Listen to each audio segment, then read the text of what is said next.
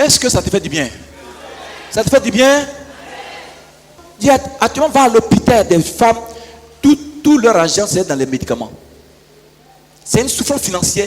Même à l'église, il y a des gens, tout le temps, qui mettent de l'argent dans les médicaments. Cette souffrance prend fin ce matin. Cette femme aussi, la Bible dit quoi?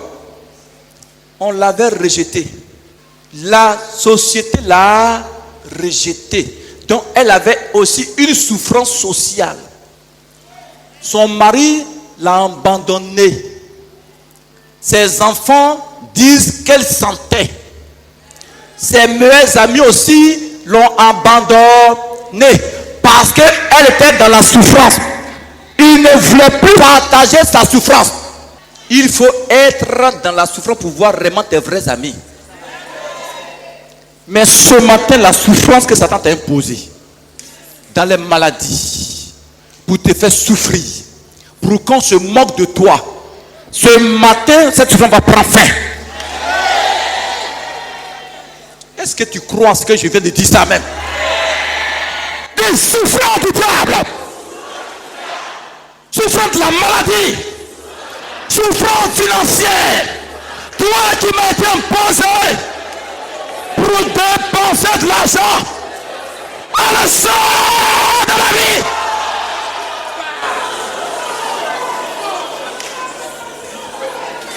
Descends!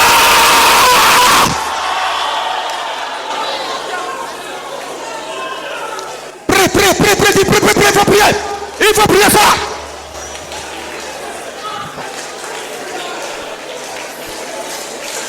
Alléluia! Mon frère, ma soeur, parmi nous, comme cette femme-là, à qui le diable avait imposé des souffrances terribles, il y a des gens qui sont comme ça, en train de souffrir dans le secret. Ils n'ont pas demandé à souffrir. Est-ce qu'on m'entend dans la chorale? Ils n'ont pas demandé à souffrir. Satan leur a imposé ça. Mais comment elle a fait pour sortir de la souffrance là? Ma fille continue de dire quoi? La Bible dit quoi? Mais était allé plutôt en empirant. Oui. Ayant entendu parler de Jésus. La Bible dit cette femme, elle a entendu parler de Jésus. Il y a des gens qui sont malades d'abord, c'est pour aller à l'hôpital. Non, viens d'abord voir Jésus. On prie pour toi et après maintenant tu vas à l'hôpital. Parce qu'il y a des maladies, Satan envoie pour te faire souffrir. Pour te faire dépenser de l'argent. Elle est en train de parler de Jésus parce qu'elle a tout dépensé les médecins. Bien sûr, il y a des maladies que les médecins soignent. Alléluia. Mais cette souffrance-là, elle a compris que il y a quelqu'un qu'on appelle Jésus qui peut la sauver. Elle a entendu parler de Jésus. Alléluia. Ce matin, c'est Jésus que la femme a entendu là. C'est lui que ce matin je te prêche. C'est lui que ce matin je t'annonce. Alléluia. Le roi de gloire, le Seigneur de gloire. Est-ce que ce matin tu entends sonner ce matin? Il s'appelle Jésus. Il s'appelle Jésus. Oui, ma fille continue, dit quoi? Elle vint dans la foule par derrière. La Bible dit, elle voyait Jésus partir. Elle dit, il y avait une foule. Mais elle dit, il faut que je touche Jésus. Il y avait une foule, hein? Mais malgré qu'elle sentait, elle a bousculé les gens. Elle bouscule, on la frappe. On dit, tu sais, elle quitte là-bas. Mais elle n'écoutait pas les méchants. Elle a traversé la foule. Alléluia. Elle a traversé. Elle a traversé. Alléluia. Il faut être ferme dans la foi. Tu es dans la souffrance. Alléluia. Regarde à Jésus. Est-ce que pendant ne même plus? Ma fille, qu'est-ce qui s'est passé? Qu'est-ce qui s'est passé? Et toucha son vêtement. Elle est venue, elle a poussé les gens. On la frappe, on la chicote. Elle dit, moi, je veux toucher Jésus. Et la Bible dit, elle est venue, elle a touché son vêtement. Et qu'est-ce qui s'est passé, ma fille? Car elle disait, si je puis seulement toucher ses vêtements, je serai guérie. Regardez cette fois-là. Elle n'a pas dit, si je écris plus pour moi. Hein. Elle dit seulement, je peux toucher à son vêtement, je serai guéri. Ce matin, j'ai pris que tu aies la foi de cette femme. Si tu as ça, toutes les souffrances que le diable t'a imposées, ça va partir. Un puissant amen. Un puissant amen. Qu'est-ce qui s'est passé? Qu'est-ce qui s'est passé? Au même instant, la perte de sang s'arrêta. Et elle sentit dans son corps qu'elle était guérie. Ça doit s'acclamer, mon frère. Ça doit s'acclamer. Frère, alléluia. Ah, la Bible dit, elle a bousculé les gens, on la frappe, mais elle a tout fait. Elle a tout le vêtement de Jésus. La Bible dit, instantanément, la perte de sang, la souffrance de la perte de sang s'est arrêtée. Un puissant chrétien. Un puissant chrétien. C'est Jésus qui a sauvé cette femme-là. Quand la femme l'a touché, il n'était pas encore mort à la croix. Quand elle le touchait, il n'était pas encore placé entre ciel et terre. Quand la femme le touchait, regarde, il n'avait pas encore souffert pour toi. Il n'avait pas encore été enseveli et revenu à la vie. Mais en ton temps aujourd'hui, c'est Jésus qui a arrêté la souffrance de la femme là. Il est allé à la croix. Il a versé son sang. Un puissant amen. Son sang a coulé. La Bible dit, les gens l'ont frappé, ils l'ont maltraité. Alléluia. La Bible dit quoi? C'est son sang coulait de partout. On les giflait. Alléluia. Il a été placé sur les poteaux. Est-ce que tu me suis? Pour faire quoi? Pour porter ta souffrance dans son corps sur le bois. Pour porter ton malheur dans son corps. Alléluia. Il a pris ça dans son corps. On l'a enterré. Le troisième jour, il est sorti vivant du tombeau et il est monté dans le troisième ciel. Alléluia. Regarde. Ta grâce est plus puissante que la grâce de la femme. Parce que par la mort de Jésus, tes souffrances en l'instant me prennent fin. Par son sang, tes souffrances en l'instant prennent fin. Par sa mort, à l'instant, toutes tes souffrances, je les paralyse au nom de Jésus. Je les paralyse au nom de Jésus. Du Seigneur Jésus. Seigneur Jésus, regarde ma souffrance. Regarde ma peine. Du Seigneur, regarde ma souffrance, Jésus. Regarde ma peine, Seigneur. Crie, crie au Seigneur, crie au Seigneur, crie. Du Seigneur, regarde ma souffrance. Regarde ma souffrance. Le diable m'a imposé la maladie. Il m'a imposé la souffrance. Du Seigneur, sauve-moi. Du Seigneur, sauve-moi. Des souffrances. Des souffrances. Des souffrances. De la maladie. Sors de moi. Souffrance. De kyste. Fibrome. Qui m'a été imposé par le sorcier. Sors de moi. Sors de moi. Qui me suit? Tu peux acclamer ta victoire?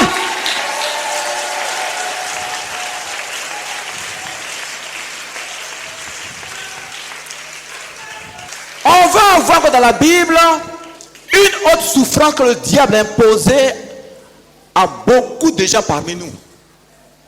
Donc ce matin, ils doivent en être délivrés. Prenez 2 Rois, chapitre 4, verset 1 à 7. Une femme d'entre les femmes des fils des prophètes cria à Élisée en disant: Oui. Ton serviteur, mon mari, est mort. Et tu sais que ton serviteur craignait l'Éternel. Or, le créancier est venu pour prendre mes 2 enfants et en faire ses esclaves. Allons doucement. Voici une triste histoire.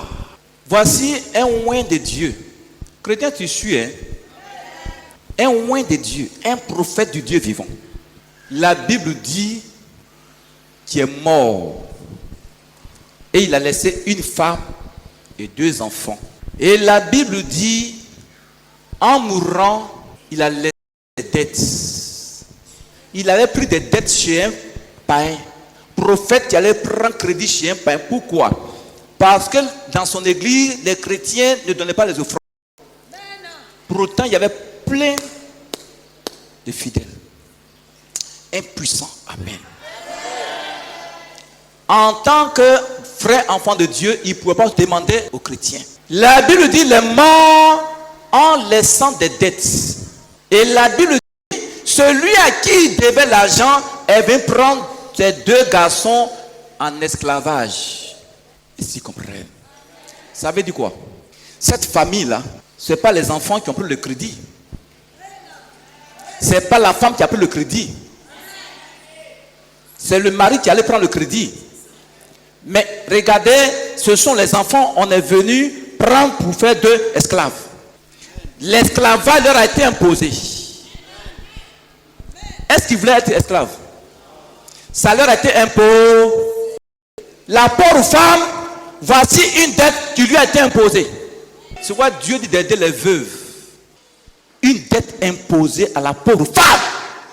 Ces 2 enfants, esclavage leur est imposé. Voici l'esclavage qui a été imposé à ces 2 garçons. Frère, il y a des gens, avant déjà qu'ils naissent dans leur famille était déjà sous l'oppression d'un esclavage. Vous ne comprenez pas? Dès qu'ils sont nés, ils ont fait une guerre. En même temps, l'esclavage leur a été imposé. Il y a des gens actuellement, ils sont esclaves dans le monde spirituel. Ils n'ont pas pris crédit à quelque part. Tu m'entends? Oui. Ton serviteur, mon mari, est mort et tu sais que ton serviteur craignait l'Éternel. Il craignait Jésus. Il était un bon chrétien. Oui, il fait quoi? Or, le créancier est venu pour prendre mes 2 enfants et en faire ses esclaves. Oui. Élisée lui dit, que puis-je faire pour toi? Dis à l'instant même. Dis à l'instant même. Toute souffrance de l'esclavage sur ma vie, à l'instant même, soit brisée dans ma vie. Éternel Dieu, si de manière inconsciente, je suis esclave des sorciers de ma famille, à l'instant même, je brise l'esclavage sur ma vie. Je sors de l'esclavage. Mon fils est quoi? Continue. Dis-moi, Oui. qu'as-tu à la maison? Il était dit, ma fille, tu as quoi à la maison? Combien? Elle dit quoi? Elle répondit, ta servante n'a rien du tout à la maison qu'un vase d'huile. Un petit flacon d'huile que j'ai à la maison. C'est tout ce que mon mari m'a laissé. C'est tout ce que son mari lui a laissé. Combien? Petit flacon d'huile. Ça, c'est une pauvreté imposée. Hein? Refuse cette pauvreté-là. Cette pauvreté imposée à ta famille, il faut refuser ça. Oui, ma fille dit quoi? Et il dit, Oui. va demander au dehors des vases chez tous tes voisins, des vases vides, Oui. et n'en demande pas un petit nombre. Élisée dit, femme, va prendre toutes les cuvettes dans tout le quartier. Il ne faut pas prendre un petit nombre. Hein. Par manque de foi, elle est partie à la 3 cuvettes. Mais vous, quand une femme manque de foi, c'est comme ça. Est-ce que vous savez que le manque de foi, c'est une souffrance imposée? C'est une malédiction imposée. Pourquoi tu manques de foi? Élisée lui dit, il faut prendre des milliers de cuvettes. Elle est partie, elle a pris 3 cuvettes. Oui. Quand tu seras rentré, Oui. tu fermeras la porte sur toi. Rentre dans la chambre et il faut fermer la porte sur toi et tes enfants. Oui. Tu verseras dans tous ces récipients, tu mettras de côté ceux qui seront pleins. Ton petit flacon d'huile, il faut verser par la foi dans les cuvettes. Oui. Alors elle le quitta. Voyez, la Bible dit, elle a quitté Élisée sans dire mot. Elle n'a pas dit Élisée, je suis venu, prie d'abord pour moi. Tant que tu ne peux pas pour moi, moi je ne vais pas partir. Elle a écouté la voix d'Élisée. Est-ce qu'ils comprennent? Aujourd'hui, les chrétiens veulent forcément qu'on prie pour eux. Non. Quand il te dit, va, tu es sauvé, crois. Va, tu es guéri, crois. Impuissant, amen. Oui. Elle ferma la porte sur elle et sur ses fils. Oui. Il lui avançait des récipients et elle versait. Lorsque les récipients furent pleins, elle dit à son fils, avance-moi encore un récipient. Mais il lui répondit, il n'y en a plus de récipients. Ouais, non. En 2 minutes, les récipients sont déjà remplis. Ça veut dire qu'elle a plus 3 cuvettes. Elle a plus 2 cuvettes, 3 cuvettes. Il y a des manques de foi comme ça. Dis Satan, ta souffrance de manque de foi que tu as placé sur ma vie, que tu m'as imposé, je refuse ça, je refuse ça, je refuse ça au nom de Jésus. Satan sait que la foi est puissance. Alléluia. Donc il t'impose le manque de foi. Et qu'est-ce qui s'est passé, ma fille? Alors lui s'arrêta. Elle alla le rapporter à l'homme de Dieu et il dit, va vendre l'huile et paie ta dette. Et tu vivras, toi et tes fils, de ce qui restera. Tu entends ça? Va, il faut vendre l'huile là et puis paie ta dette. Entre nous, c'est quand on doit à quelqu'un qu'on lui paie la dette, non? Mais est-ce que cette femme là c'est elle qui a pris la dette? C'est quand tu paies sa dette. Tu me suis un peu? Ma fille maintenant prend Ézéchiel 33 verset 15. Ézéchiel 33 le verset 15. Oui. S'il rend le gage, s'il restitue ce qu'il a ravi, s'il suit les préceptes qui donnent la vie, sans commettre l'iniquité, il vivra. Tu entends ça? Il ne mourra pas. Tu entends ça? La Bible dit, c'est ce qu'on a pris par force, c'est ce qu'on a volé qu'on doit rembourser. Maintenant, cette femme-là, elle n'a pas pris crédit, hein, mais c'est elle qui a remboursé. Qu'est-ce que le diable t'a imposé depuis des années qui te crée toutes sortes de souffrances financières? Prenez Psaume 69, verset 5. Psaume 69, le verset 5. Oui. Ils sont plus nombreux que les cheveux de ma tête. Ceux qui me haïssent sans cause. Ils sont puissants, ceux qui veulent me perdre. Qui sont à tort mes ennemis. Ce que je n'ai pas dérobé, il faut que je le restitue. Tu entends ça? Ma fille dit ça en français facile. Psaume 69, le verset 5. Oui. Car ceux qui me haïssent sans la moindre raison ont dépassé le nombre des cheveux de ma tête. Regarde ici. David dit, ceux qui me haïssent là, ils sont plus nombreux que mes cheveux. Sans cause, hein, tu n'as rien fait. Hein. Et ils comprennent. Les sorciers te font souffrir. Et ils sont nombreux. Et puis la Bible dit quoi? Ils sont puissants, ses ennemis menteurs. Ils veulent me détruire, me haïssant sans cause. Je dois restituer ce que je n'ai pas pris. Tu entends ça? C'est ce qu'on prend qu'on restitue, non? Maintenant, cette femme n'a pas pris crédit, c'est elle qui doit restituer. Ça veut dire quoi? Ça veut dire qu'il y a des hommes, des gens, des femmes parmi nous qui n'ont jamais pris de crédit à le diable. Mais Satan les oblige à lui rembourser des dettes. Est-ce que je me fais comprendre même?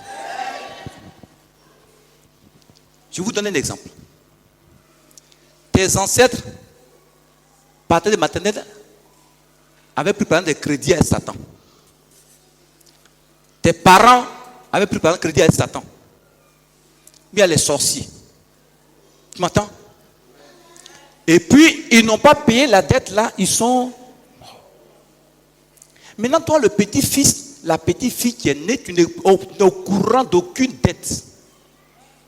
Est-ce que vous comprenez le chrétien? Tu n'es pas au courant de quelque chose. Ils vont faire quoi?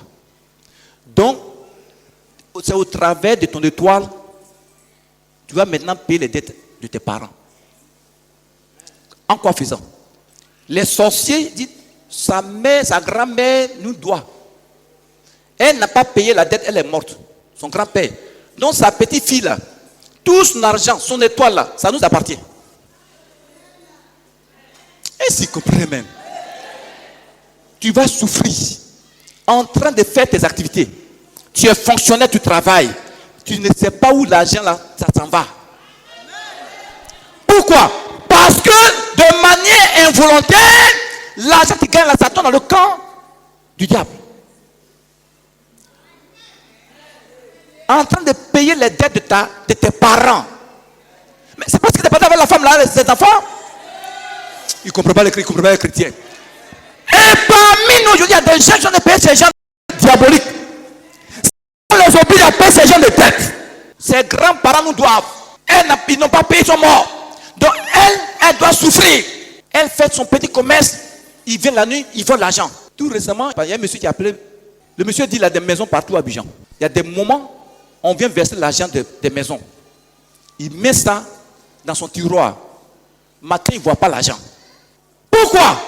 Parce que peut-être que ses grands-pères doivent au diable. C'est lui qui paye actuellement ses dettes. C'est comme ça, beaucoup de gens parmi nous sont en train de payer les dettes de Satan. Tes activités ne bougent pas. Parce que tu paies de manière involontaire dettes à Satan et ses sorciers, ses démons. Est-ce que tu veux Satan du chrétien? Dis Satan, je refuse de payer tes dettes.